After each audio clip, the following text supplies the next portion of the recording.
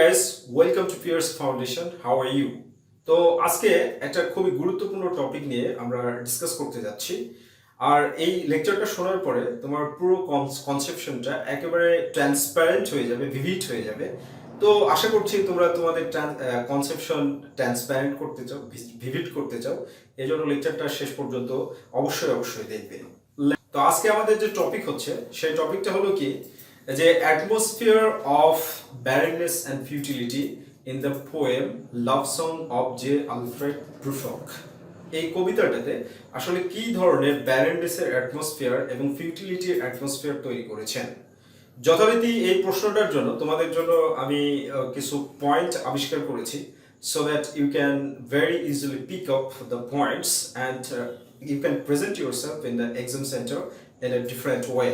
Okay, তো guys, first point যেটা সেটা হচ্ছে paralysed will of modern man.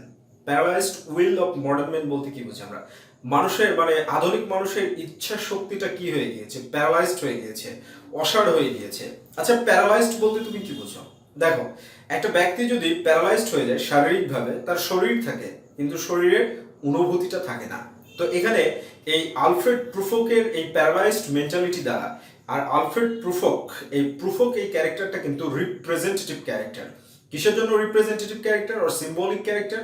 Modern মেনকে বোঝানো হবে, ঠিক আছে? যেমন জন কিটস যদি বলে আই, তাহলে আই দ্বারা একটা রিপ্রেজেন্টেটিভ ক্যারেক্টার রূপান্তরিত হয়। অনুরূপভাবে টিএস ইলিয়ট কিন্তু এই প্রুফক ক্যারেক্টারটাকে মডার্ন মেনের রিপ্রেজেন্টেশন হিসেবে ব্যবহার করেছেন। কিভাবে? ইচ্ছা শক্তিটা কি? ইচ্ছা শক্তি, এই কবিতাটা হচ্ছে একটা ইন্টেরিয়র মনোলগ। তো ইন্টেরিয়র মনোলগ বলতে কি বুঝি আমরা? যে বক্তা নিজের সাথে নিজেই কথা বলবে, ঠিক আছে? যেটাকে ড্রামার জন্য সলিলিকিউ এবং নভেলের জন্য আমরা স্ট্রিম অফ কনসিয়াসনেস বলে থাকি। তো ইন্টেরিয়র মনোলগ তার মানে নিজের কথাগুলো নিজেই, খালি পরিকল্পনা, এই করব, ওই করব, বাঘ মারবো, ওকে যা প্রপোজ করব গোলাপ দিয়ে, গাঁদা ফুল দিয়ে, রজনীগন্ধা দিয়ে, কিন্তু রেজাল্ট কি? প্রপোজ যদি করি আর যদি রিজেক্ট করে তাহলে কি হবে? নাথিং, ঘোড়ার ডিম হবে।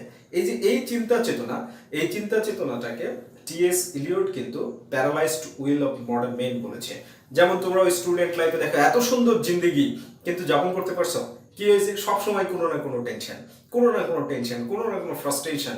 এই যে ফ্রাস্ট্রেশন, টেনশন, এর কারণ কি ভাই?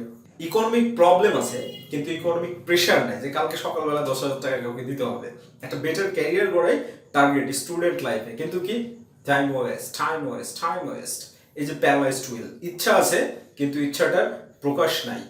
এই যে ইচ্ছা আছে কিন্তু প্রকাশ নাই, তোমার কাজ করার ইচ্ছা আছে কিন্তু কাজ করছো না, এটাই হচ্ছে প্যারালাইজড উইল। ওকে, আর এইটাকেই উপস্থাপন করেছেন। আর আমি এই কবিতাটাকে আমার ভাষায় এটাকে একটা মোটিভেশনাল স্পিচ বলে থাকি। যে টিএস ইলিয়ট আসলে এটা একটা কবিতা লিখেনি, এটা একটা এভারগ্রিন মোটিভেশনাল স্পিচ হিসেবে এটাকে উপস্থাপন করেছেন। Okay, next point, timidity of modern man. Timidity বলতে যেটা বোঝানো হয়েছে কাওয়ার্ডাইস, কাপুরুষতা, ভীরুতা, ঠিক আছে? তো উইলিয়াম শেক্সপিয়ার কিন্তু একটা দারুণ কোটেশন দিয়েছেন। সেই কোটেশনটা হচ্ছে কি, যে coward man dies many Times before his death. কাপুরুষ মৃত্যুর আগে মেলাবার মরে। তো এখানে প্রুফকের এই ক্যারেক্টারের মাধ্যমে ভীরুতা কেমন? সে চাচ্ছে যে আমি ওই মেয়েটাকে পছন্দ করি, বা এই মেয়েটাকে পছন্দ করি, বা এই মেয়েটাকে পছন্দ করি, কিন্তু তার কাছে গিয়ে তার মনের কথাগুলো খুলে বলা, এই বলাটা তার কখনোই হচ্ছে না।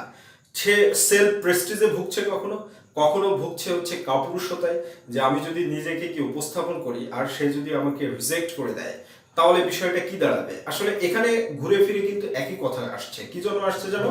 কারণ টিএস ইলিয়ট এই কবিতাটা যেভাবে লিখেছে এবং তিনি একটা কনক্লুশন যেভাবে দিয়েছেন, এর মানে হচ্ছে যেখানে শুরু হয়েছে সেখানে শেষ হয়েছে। দেয়ার ইজ নো প্রোগ্রেস, কোনো প্রোগ্রেসই নাই। কারণ প্রোগ্রেসটা হবে কেমনে? এটা তো কোনো অ্যাকশন নেওয়া হয়নি, শুধু মনে মনে ভাবা হয়েছে আর চিন্তা করা হয়েছে। সো প্রোগ্রেসটা তো হওয়ার কথা না। তাহলে এই যে কাপুরুষতা, এই যে ভীরুতা, এই বিষয়গুলো থেকে মডার্ন পিপুলকে বের হয়ে আসতে হবে। ভালো যদি বাসো বলে দাও, accept, reject, that will be decided by himself or herself, there is no problem. অন্তত নিজের ভারাক্রান্ততা থেকে মুক্তি পাওয়া যাবে, তো না? তাই না? ঠিক আছে না? তোমার যদি এরকম মনে হয় যে তুমি গভর্নমেন্ট জবের জন্য প্রিপারেশন নেবে, রেজাল্ট যেটাই হোক আগে প্রিপারেশন নাও। তার আগেই হেরে যায় না। এই যে কোনো কাজের ক্ষেত্রে, আর এখানে ভালোবাসা এই সংবেদনশীল বিষয়টাকে এই উপস্থাপন করার পিছনে তার কারণ হচ্ছে সেন্সিবিলিটিটাকে উপস্থাপন করা। কারণ মানুষের সেন্সিবিলিটিটাতেই যদি মানুষ হেরে যায়, তাহলে যারা আরো হার্ডশিপ আসলে তাহলে কি হবে, ঠিক আছে না? এটা হচ্ছে ব্যাপার। Third point guys, split personality of modern men. Split শব্দের অর্থ হচ্ছে বিভক্ত হওয়া, খণ্ড খণ্ড হয়ে যাওয়া। আধুনিক মানুষের মধ্যে একাগ্র চিত্ত নাই। কোনো কাজ আধুনিক মানুষরা একাগ্র চিত্তে করছে না। কোনো কাজের অর্ধেকে গিয়ে থেমে যাচ্ছে, কোনো কাজ শুরু করার আগেই ছেড়ে দিচ্ছে, কোনো কাজের একাগ্র চিত্ত নাই। এখানে স্প্লিট পার্সোনালিটি অফ প্রুফক বা split personality of modern men, এটা দ্বারা আসলে টি.এস. ইলিয়ট বুঝিয়েছে দুইটা দিককে। একটা হচ্ছে রোমান্টিসিজম আর একটা হচ্ছে রিয়েলিজম। রোমান্টিসিজম কি করছে? প্রুফককে বারবার বারবার ইনভোক করছে, ইন্সপায়ার করছে, আরে ভাই লেট করিস না, বলে দে যাকে ভালোবাসিস তার সাথে ঘুরতে যা, বলে তার সাথে আরামায়েশ কর, জিন্দেগি কাটা, সুন্দর একটা পরিবেশ তৈরি করে।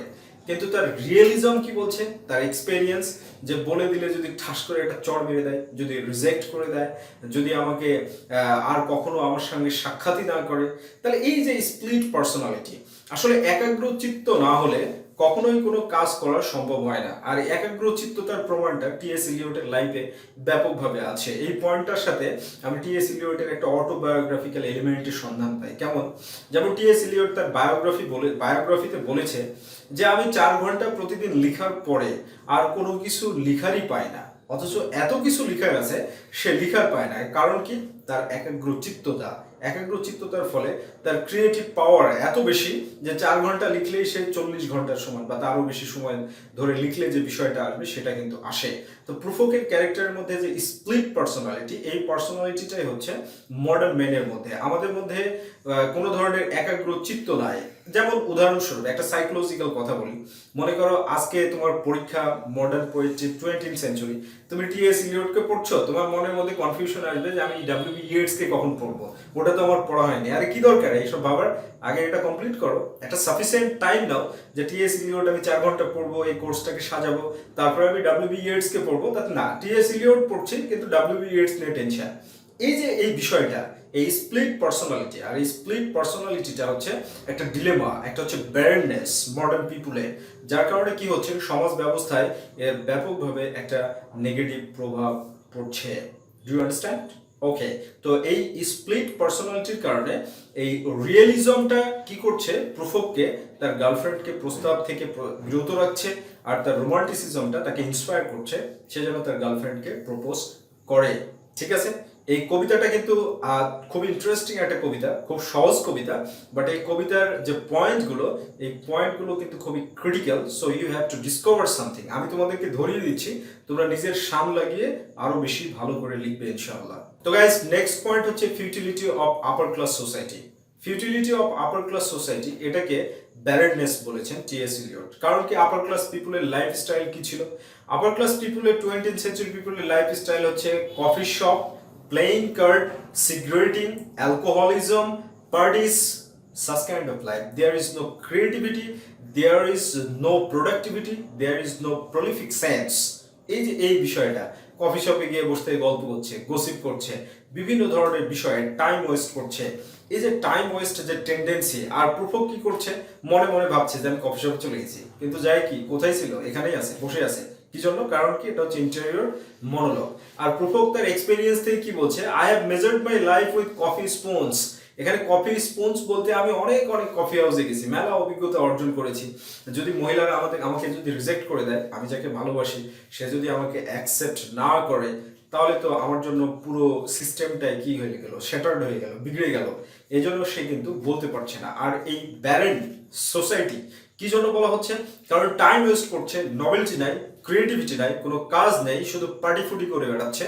এই যে ফুর্তি ফাট্টা করে বেড়ানো, এই বিষয়টা ক্রিয়েটিভিটিকে কাজে না লাগিয়ে, নিজের সময়টাকে প্রপার ইউজ না করে এইভাবে কাজ করা, এটা টি.এস. ইলিয়ট এটাকে কিন্তু ব্যারেননেস বলেছেন বা ফিউটিলিটি বলেছেন। ওকে গাইস, ফাইনাল পয়েন্ট যেটা indecisiveness of modern men. Indecisiveness of modern men বলতে যেটা বোঝানো হয় সেটা হচ্ছে যে মানুষের হৃদয়ের ডিসিশনহীনতা। যেমন দেখো, ডক্টর ফস্টাস পড়েছো না? গুড অ্যাঞ্জেল বলছে একটা, ব্যাড অ্যাঞ্জেল বলছে একটা। এটা ইনডিসিসিভনেস। রিফ্লেকশন হচ্ছে কিভাবে যে আমি কোনটা করব, নিক্রোমেন্সি না স্কলারশিপ বা স্কলার লাইফ লিড করব। তো পরবর্তীতে ডিসিশন নিতে নিতে দ্বিধাদ্বন্দ্বে খারাপটাই নিয়ে ফেলছে। তো যে আলফ্রেড প্রুভকের মধ্যে কি হচ্ছে যে ভাই এত সুন্দর একটা মেয়ে, আমি তাকে পছন্দ করি, this is my adult lady beloved, আমি তাকে বলতে চাই কিছু, আমি তাকে প্রেমের প্রস্তাব দিতে চাই, আমি তার সাথে ইউনো বাগেরা বাগেরা, এখন ফিলিংসের তো শেষ নাই, তাই না? তো এটা কি হচ্ছে, নেক্সট টাইম সে বলতেই পারছে না, ইন্টারভিউ মনোলগের মধ্যেই শেষ হচ্ছে। ইনডিসিসিভনেস সবচেয়ে খারাপ জিনিস, ঠিক আছে? প্রত্যেকটা মানুষ কিন্তু গুড ম্যান হতে পারে না, প্রত্যেকটা নারী কিন্তু রমণী হতে পারে না। গুড ম্যানের মধ্যে যেমন ডিফারেন্স আছে, তেমন রমণী আর নারীর মধ্যেও ডিফারেন্স আছে, ঠিক আছে? So don't feel indecisiveness forever, কখনো ইনডিসিসিভনে ভোগা যাবে না। তোমার সিদ্ধান্তহীনতা তোমাকে অনেক পিছিয়ে দেবে, এটা হচ্ছে বিষয়। I hope your conception is very much transparent, neat and clean. That's it. Have a good day.